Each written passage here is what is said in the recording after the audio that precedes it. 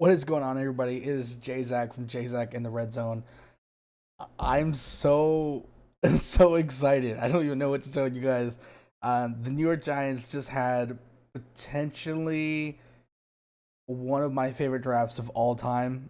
I think that we are probably top three out of all the teams in terms of who had the best draft. I think we're definitely top three. I think the Ravens might have won the draft, but I think the Giants are definitely top three in my personal opinion of best picks overall. As you can see, I have my grades here for each pick. I'm going to go over every one. I'm going to jump right into it. Andrew Thomas, I this pick put a huge smile on my face. Everybody who's heard me talk on in the comment section on Chris's channel or Kid Blue's channel, I haven't been super active on my channel recently because the whole COVID stuff going on, and I had some stuff with work. But everybody who's talked to me knows that Andrew Thomas is my best tackle. I've been saying since before the combine, Andrew Thomas has been the best tackle in this draft class. No combine changes that. Combines don't change that for me. I'm under the impression that combines make almost zero, like they almost make they don't matter at all to me personally when it comes to my scouting. I never get higher or lower on a player from his combine. I watch the tape. He's fast on tape. If he's fast enough on tape, he's fast enough. I don't care if he ran a 4.6. If on tape he's moving fast enough, that's what I care about. Andrew Thomas, best tackle on the board. I think he's got the highest ceiling, highest floor. Actually, the highest ceiling might be Mekhi Becton, but I think Mekhi Becton is a big bust potential. Andrew Thomas, guys, I can't even. This is my favorite pick of the. It's not my favorite pick of the draft, but this was definitely a must need. I'm so happy Dave Gettleman didn't take somebody like Tristan Wirfs or Mekhi Becton with the fourth overall pick. I would have been okay if this was Jedrick Wills. I would have given it an A minus just because I still think that Andrew Thomas is better. But with Andrew Thomas, I can't give it an A plus because, and you guys will see why A pluses are A pluses when I give them. So I'm just gonna have to give it an A. Any pick that I think just should have been made, this was the right pick. I just give it an A. So Andrew Thomas definitely an A for me. Love Andrew Thomas. So in the second round, we'll take number 36. We take Xavier McKinney. I give it an A minus because this is where I think Xavier McKinney should have been taken. A lot of people thought he was the best safety in the draft class. I've never thought Xavier McKinney was the best safety. I've always thought it was Antoine Winfield. I think Antoine Winfield is a true free safety. He's got the burst. I think he's literally Tyrann Mathieu. Literally. I think he's Tyrann Mathieu. I think he's copy and paste Tyrann Mathieu. And that's why I wanted him so much. I think Xavier McKinney was my number 3 safety behind Grant Delpit. But Xavier McKinney is somebody who he's kind of a mix between a rangy free safety and a Jabril Peppers. He can kind of play in the box. He's got great instincts, but sometimes can lack the speed to go sideline from go to hash range. But I think this is something that he's also flashed on tape, so it's so weird. Xavier McKinney for me has been a little inconsistent, but I think his highs are very high. So I'm not going to knock the pick. I'm going to give it an A minus just because I think there were 2 safeties on the board who were better. Although Grant Delpit, I don't expect for us to pick. He's a strong safety, in my personal opinion, not a free safety. I would have given this an A plus if it was Antoine Winfield, but I'm still happy with the pick. I still like Xavier McKinney. Like I said, number 3 safety on the board. I think this is where you should have taken him. So I'm gonna give that one an A minus. Matt Peart. This was my favorite pick in the draft because if anybody watched my dream scenario for the Giants video, you know that I had us trading down to 6 with the Chargers, letting them charge up ahead of of the Dolphins, possibly take Tua, and I would have us taking Andrew Thomas, and then I would have us trade back up into the first round to take Matt Peart.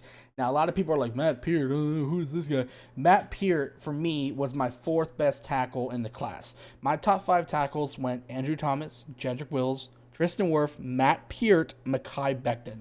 I think Matt Peart is a better tackle than Mekhi Becton. That's how highly I think of Matt Peart, and we got him in the 3rd round.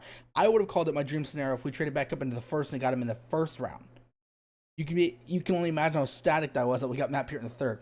I never thought Dave Gettleman would take Matt Peart. I was like, you know what? He doesn't scout like that. He's not taking Matt Peart.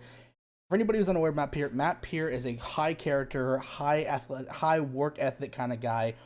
Matt Peart every single year at UConn got better and better and better. He put weight, he got stronger.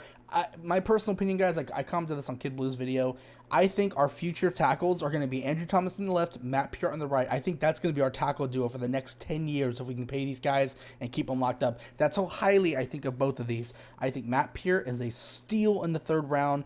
I am so so excited to have Andrew Thomas and Matt Peart. I fully expect Andrew Thomas to be starting on the left and Matt Peart to be starting on the right midway through the season, if not at the beginning of the season. That's what I expect. I'm so excited for this. Now, let's move on to Darnay Holmes. This is another player I did not expect Dave Gettleman to go after.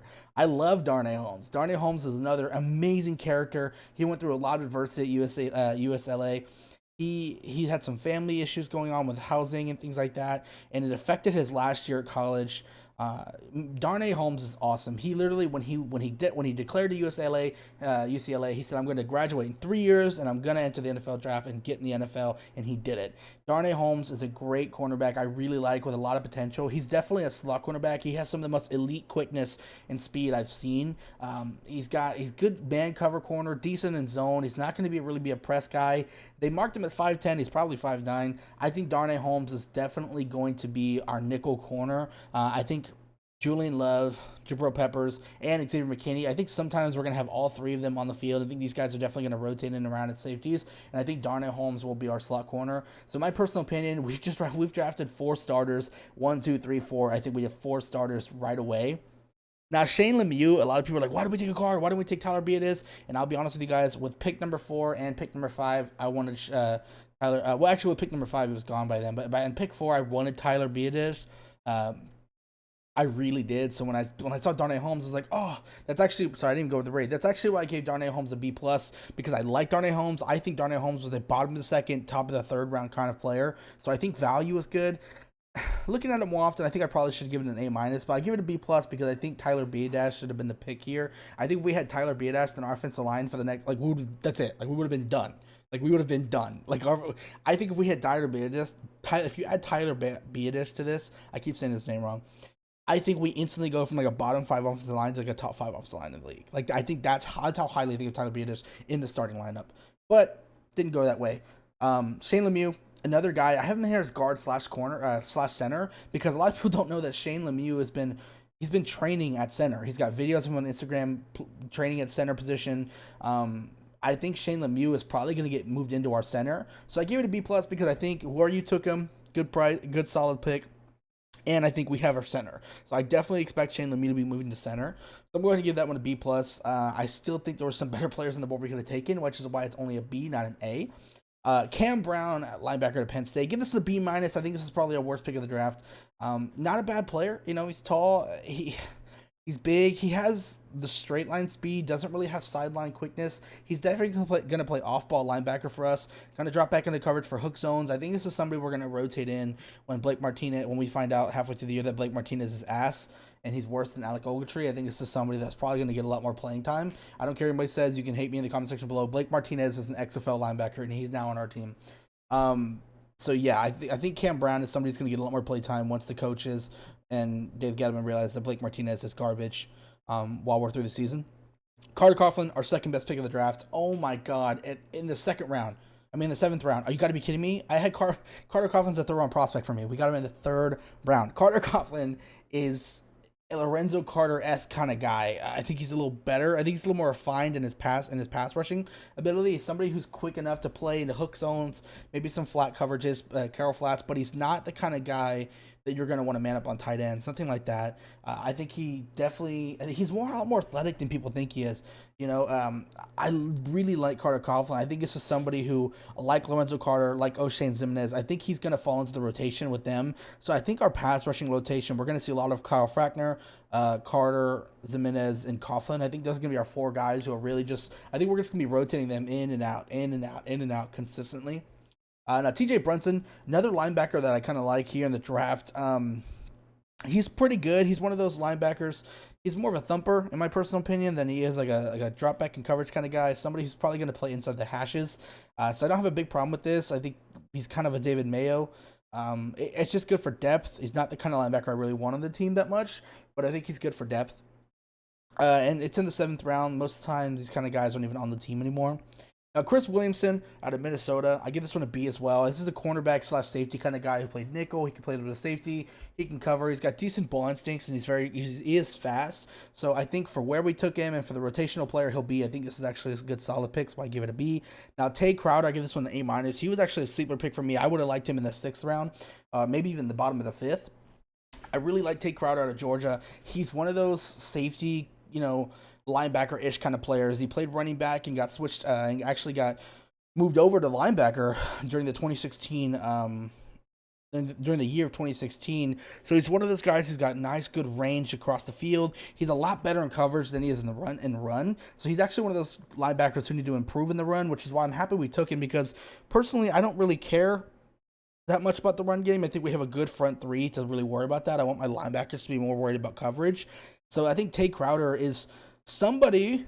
I'm not saying this is going to happen. I'm not making a hot take, but I would not be fully surprised if Tate Crowder becomes our top 2 linebacker on this team, and even so, maybe a starter eventually, just because he's going to be faster than anybody else we have at the linebacker position. He's going to be better in coverage, and if we really want to stop the pass and these tight ends, I think Tate Crowder could be somebody you see get a lot more play time during the season. Specifically Xavier McKinney as well. I think we're going to line him up on tight ends quite a bit, and maybe even have Julian Love and Jabril Peppers up on top, and we have Xavier McKinney on tight ends and things like that. But yeah, guys, overall, I'm going to give this draft an A. I'm ecstatic with this draft class. Let me know what you guys think down below. If you disagree with me on one of my grades, if you agree with me, let me know why in the comment section down below. Make sure to like or dislike the video. I don't really care which one you do. I'd appreciate the like, of course. Make sure to sub, stick around, and I'll see you guys later. Bye-bye.